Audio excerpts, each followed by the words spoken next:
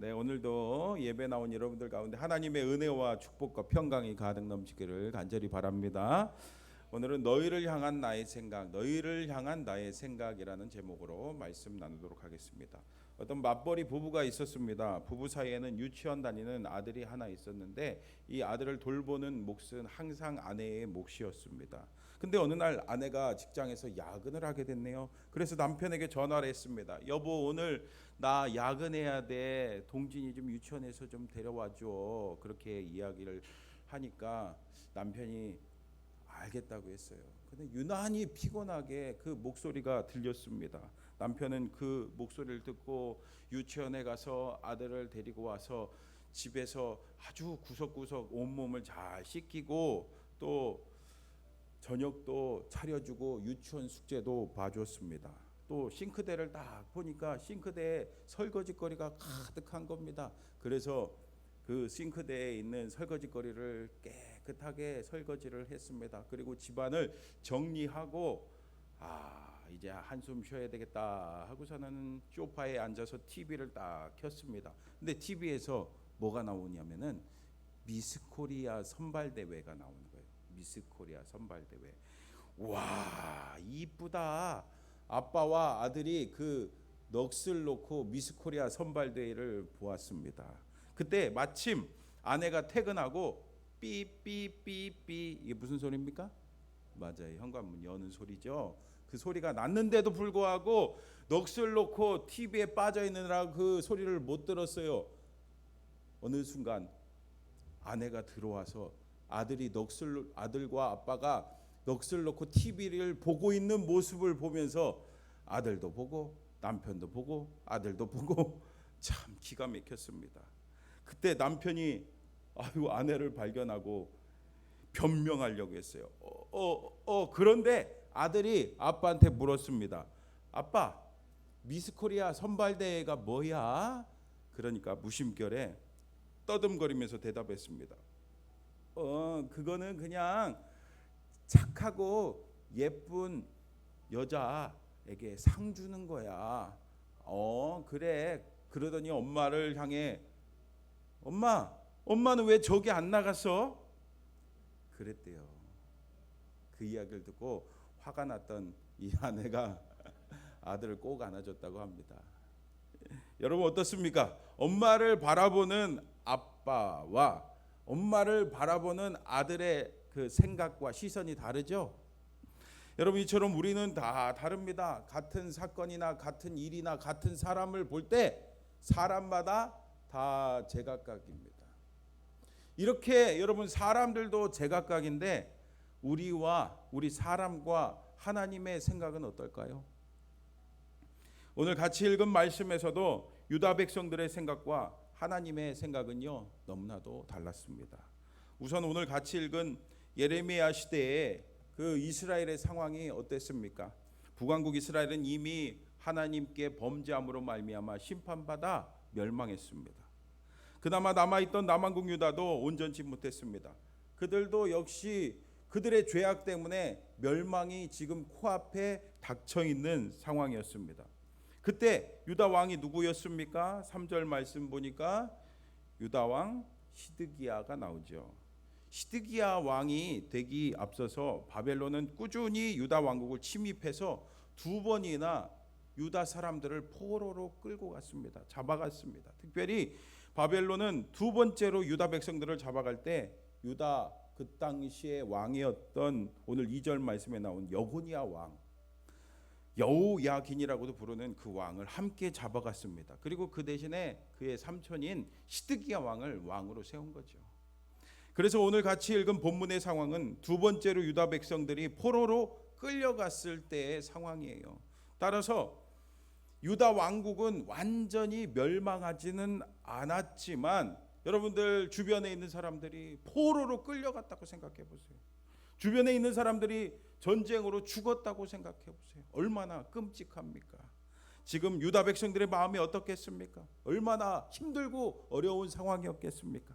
그럼에도 불구하고 유다 백성들은 믿었습니다. 뭘 믿었습니까? 유다 왕국은 결단코 멸망하지 않을 거라고 믿었습니다. 그들이 왜 믿은지 아세요? 아직 예루살렘이 건재하고 예루살렘 안에 하나님의 성전이 있는데, 하나님의 성전이 있기 때문에 하나님의 성전은 하나님의 임재를 상징하거든요. 하나님께서 임재하시는 곳이기 때문에 결단코 우리들은 멸망하지 않을 거라고 찰떡같이 믿었습니다. 더군다나 예언자들이 막 앞다투고 예언을 했어요. 무엇을 예언했을까요? 남한국 유다, 우리는 하나님께서 함께 하시기 때문에 결코 우리는 멸망하지 않을 겁니다 라고서는 이 예언자들이 이렇게 예언을 했습니다. 이 예언자들이 여호와의 이름을 빙자해서 앞날을 선포했습니다. 아주 긍정적인 메시지를 선포했습니다. 계속해서 바벨론은 곧 멸망할 거고 이 잡혀갔던 포로들은 곧 돌아오게 될 거라고 막 긍정의 메시지를 선포했습니다. 그 이야기를 듣고 어쩌면은 유다 백성들은 희망과 소망을 품었을지 모르겠습니다. 하지만 그 중에 그렇게 메시지를 전하지 않은 사람이 있었습니다. 여러분 누굴까요? 맞아요. 예레미야 선지자였습니다. 그는 긍정의 메시지가 아닌 부정의 메시지, 부정적인 메시지를 선포했습니다. 뭡니까? 유다와 예루살렘은 반드시 멸망할 겁니다. 반드시 멸망합니다. 그리고 더 나아가서 뭐라고 했는지 아세요? 바벨론에 항복해야 됩니다. 항복합시다. 항복해야 합니다 라고 외쳤어요. 그가 전한 메시지를 같이 한번 볼까요? 4절 같이 읽어볼까요? 4절 시작. 만군의 여호와 이스라엘의 하나님께서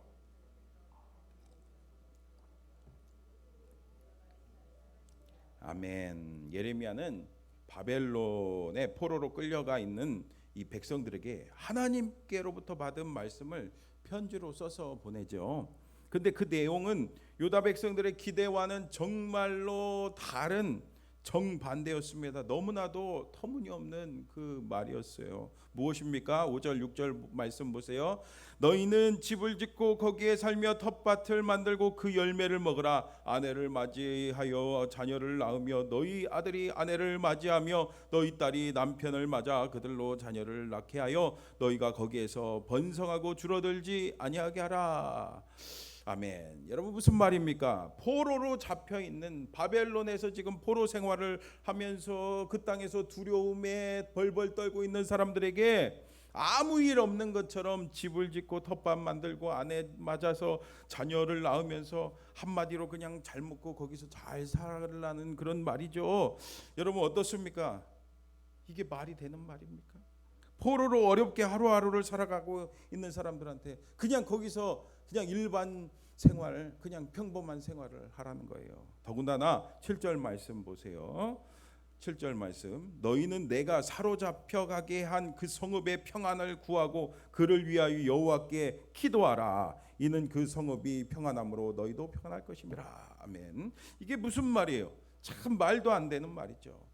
여러분 이 사람들이 지금 누굽니까? 지금 포로로 잡혀갖고 지금 굉장히 두려움에 떨고 있는 사람들 아니겠어요? 그런데 그 사람들한테 그 땅을 위해서 그 원수, 철천지 원수 같은 그 사람들의 평안을 위해서 기도하라니요. 그들이 무슨 여행 온 것도 아니고 단기 선교 온 것도 아니고, 여러분 단기 선교 가면 그 땅을 위해서 기도하잖아요, 그죠? 그것도 아니근데 뭘 그들을 위해서 기도하라니요? 평안을 위해 기도하라니요? 그래서 예레미야가 전한 이 말씀은요. 그리고 포로 생활하고 있는 사람들, 그리고 예루살렘에 살고 있는 이 백성들에게 도저히 받아들일 수가 없는 그 말씀이었습니다. 그들을 저주하고 욕해도 시원치 않을 망정에 무슨 그들을 위해서 평안을 기도하라는 겁니까? 이게 무슨 말이 됩니까? 하지만 예레미야 선지자가 이렇게 하나님의 말씀을 선포한 이유가 있습니다. 여러분 1절 말씀 같이 읽어볼까요? 시작. 선지자 예레미야가 예루살렘에서 이 같은 편지를 느부갓네살이 예루살렘에서 바벨론으로 끌고 간 포로 중 남아있는 장로들과 제사장들과 선지자들과 모든 백성에게 보냈는데, 아멘. 선지자 예레미야가 편지를 썼어요. 어디에다 썼습니까? 바벨론의 포로로 잡혀 있는 백성들에게 썼는데, 그런데 그 백성들은 어떤 백성들이래요? 포로 중에 남아 있는 백성들입니다. 여러분, 이게 무슨 뜻일까요? 끌려간 사람들 중에 누군가는 남았고 누군가는 없어졌다는 뜻이죠. 누군가는 사라졌다는 뜻입니다. 여러분, 어떻게 사라졌을까요? 사실은요, 그들은요 그 땅에서 폭동을 일으켰어요. 폭동을 일으켰다가 죽은 거예요. 죽임을 당한 거죠. 이렇게 폭동을 일으킨 이유가 뭘까요? 무엇보다도 이 거짓 선지자들 때문이었습니다. 이 거짓 선지자들은 어떤 열악한 환경 속에서도 하나님께서 그들을 기적적으로 건지실 수 있다고 막 선포를 했습니다. 그래서 이런 확신 가운데 이런 거짓 메시지를 듣고 그들이 실행에 옮긴 거예요. 하지만 결과는 끔찍했습니다. 그들은 죽임을 당했습니다. 그래서 그 모습을 보고 하나님께서는 안타까워 하시면서 예레미야 선지자에게 진짜 하나님의 말씀을 전한 거예요. 여러분, 어떻습니까? 오늘날 우리에게도 주어지는 메시지가 어떤 것입니까? 혹시 우리도 이렇게 듣기 좋은 메시지만 듣기를 원하지 않습니까? 하나님께서는 거짓 메시지를 전하는 거짓 선지자들에게 뭐라고 말씀하고 계십니까? 우리 8절 같이 읽어볼까요? 시작.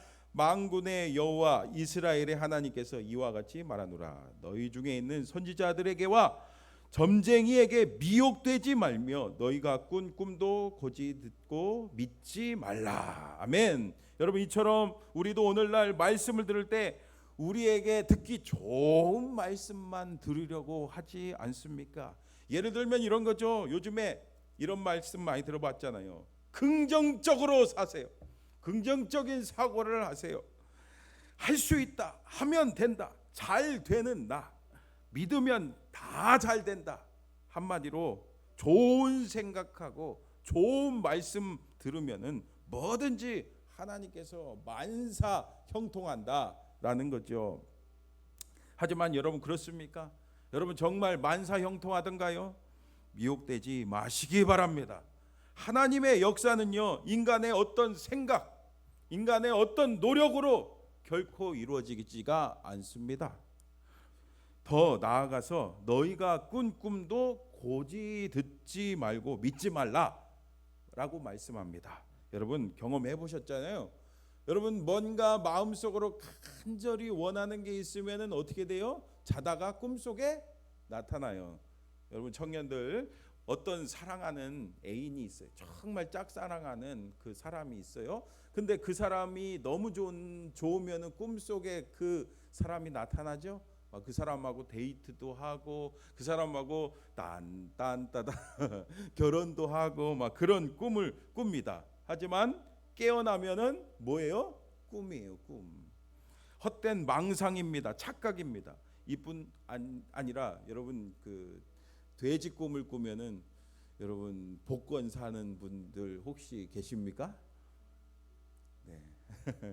우리 교회 성도님들은 한 분도 안 계신 것 같은데, 이렇게 여러분, 우리가 뭔가 마음에 원하는 게 있으면 꿈으로 나타나는 거예요. 그러니까 거기에 속지 말라는 거예요. 여러분, 이처럼 아무 의미 없는 꿈도 자신의 소원을 넣어 의미 있게 해석하는 것이 바로 우리 인간의 모습입니다. 코에 걸면은 코걸이, 귀에 걸면 귀걸이라고 하지 않습니까? 여러분, 9절 말씀 보세요. 내가 그들을 보내지 아니하였어도 그들이 내 이름으로 거짓을 예언함이라. 여호와의 말씀이라. 아멘. 여러분, 그렇습니다. 우리가 오직 들어야 할 것은 하나님의 말씀입니다. 우리는 무엇보다 자신의 욕심, 욕망, 소원 다 내려놓고 오직 하나님의 말씀, 하나님의 음성, 하나님의 뜻, 그것에 귀 기울이시기를 축복합니다. 그렇다면 하나님께서 그들에게 주시는 진짜 약속의 말씀이 뭡니까? 10절 말씀 같이 읽어볼까요? 10절 시작. 여호와께서 이와 같이 말씀하시니라. 바벨론에서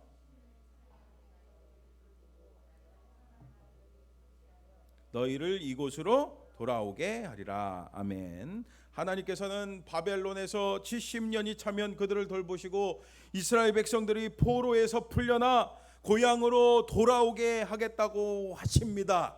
여러분, 얼마나 기쁜 소식이고 이것이 얼마나 좋은 소식입니까? 여러분, 맞아요? 정말 좋은 소식입니까? 기쁜 소식일까요? 여러분, 말이 70년이지 여러분 우리 중에 70년 사신 분 계세요? 여러분, 이 말씀은 대부분 이 말씀을 들은 사람들에게는 소망이 없는 말씀입니다. 절망의 소식이었습니다. 나쁜 소식이었습니다. 몸이 안 좋은 사람한테 70년 후에 나을 겁니다. 사업이 잘 안 되는 사람한테 70년 후에 사업이 잘 될 겁니다. 여러분, 이게 좋은 소식일까요? 여러분, 그야말로 절망입니다. 그런 절망 가운데 있는 백성들에게 하나님께서 뭐라고 말씀하십니까? 11절 말씀 같이 읽어볼까요? 시작. 여호와의 말씀이니라. 너희를 향한 나의 생각을 내가 하나니 평안이요 재앙이 아니니라. 너희에게 미래와 희망을 주는 것이니라. 아멘. 여러분, 그렇습니다. 이것이 바로 하나님의 본심입니다. 진짜 하나님의 마음입니다. 하나님께서는 이렇게 우리에게 평안을 주시기를 원하십니다. 우리에게 미래와 희망을 주기를 원하십니다. 비록 포로로 끌려가 있는 유다 백성들의 현실은 그들에게 분명 재앙이었지만, 인간적인 생각으로는 분명히 재앙이었죠.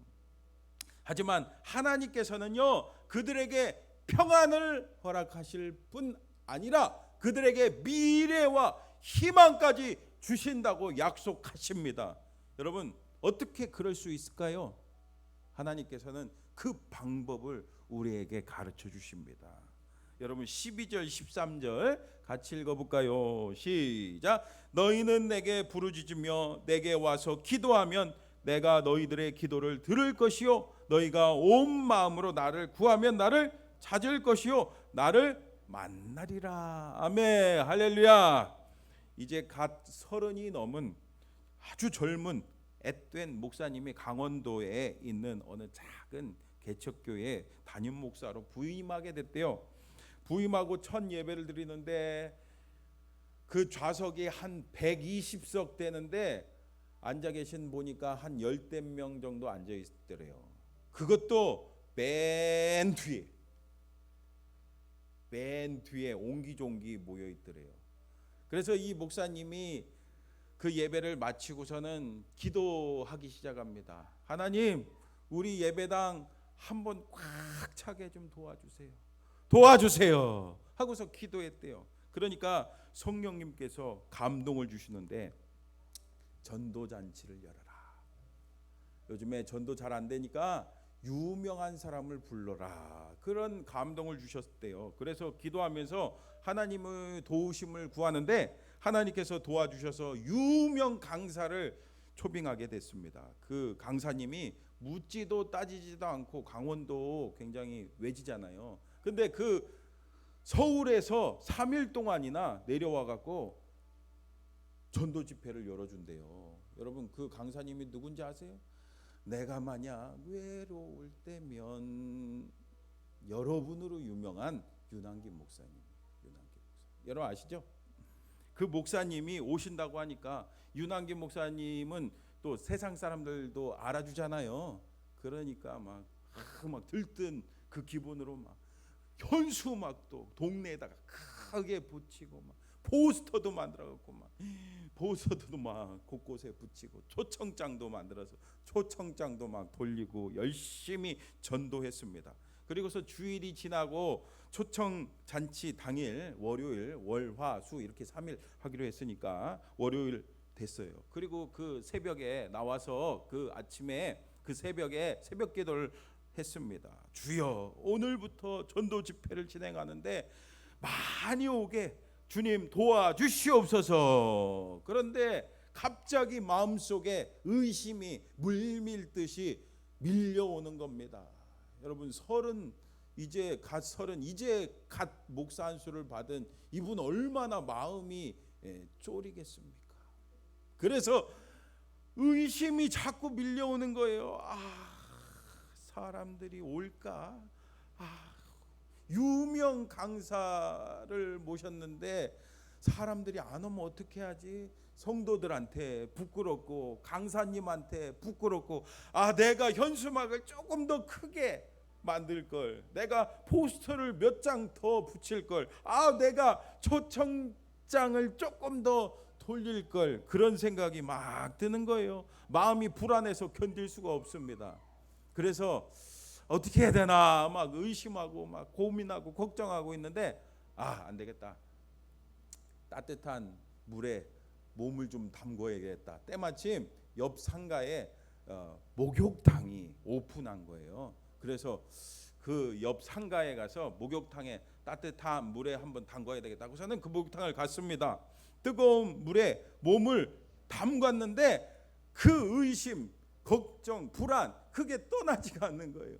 내가 포스터를 더 붙일 거, 내가 초청장을 더 돌릴 거, 안 되겠다 하고 나오고서 이제 샤워 꼭지를 이제 물을 틀었더니 또 생각이 막 드는 거예요. 그런데 이분이요, 이 새벽이니까 약간 비몽사몽간이었나 봐요. 착각을 한 거예요. 내가 새벽 기도하고 있는 걸로 착각을 해갖고 주여 주여 주여 하고서는 크게 3번 외쳤대요. 그러니까 사람들이 뭐 깜짝 놀랐죠. 같이 목욕하고 있던 사람들이. 그러니까 나도 모르게 죄송합니다 하고서는 막 목욕탕을 이제 나오려고 하는데, 하나님께서 그 모습이 불쌍했는지 하나님이 그 주여 3번 외친 그 기도에 응답해 주셨어요.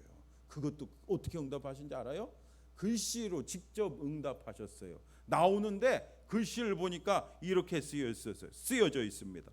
맡기지 않은 것은 책임지지 않습니다. 주인 100. 그럼 목욕탕 가면은 써 있죠. 네. 여러분 어떻습니까? 우리 인생의 주인은 누굽니까? 맞습니다. 바로 우리 하나님이세요.